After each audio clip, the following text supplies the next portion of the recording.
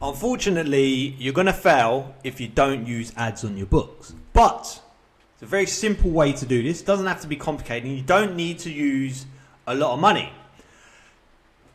I made over 50 grand in a month here. It was about $30,000 on ad spend. Now, I didn't start with $30,000, all right? You're probably thinking, I haven't got 30 grand, all right? Neither did I.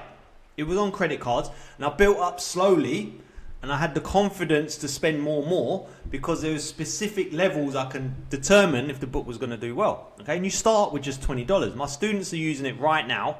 Debbie made $4,000 here. Ryan, $1,000 per book. Gary made $200. Genevieve's made nearly $2,000 profit because they're all using a very simple ad system that I use. And if you want to just jump straight on that, I'll leave a link below. Okay, it's discounted at the moment. Okay. Right, so think of it like this, because this is what most self-publishers get wrong.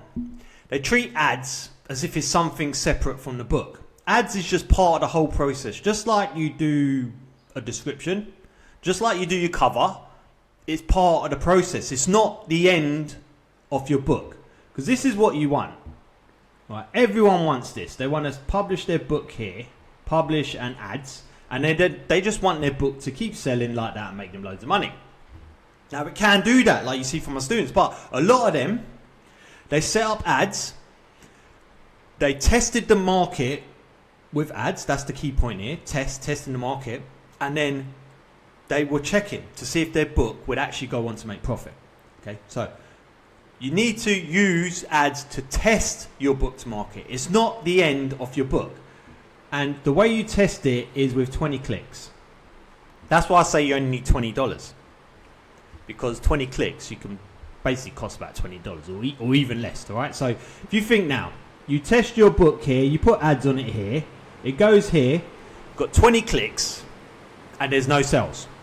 That's fine. This is all part of the test, right? So you get 20 clicks, no sales, what do you do then? Well, you just bring it back and you change something.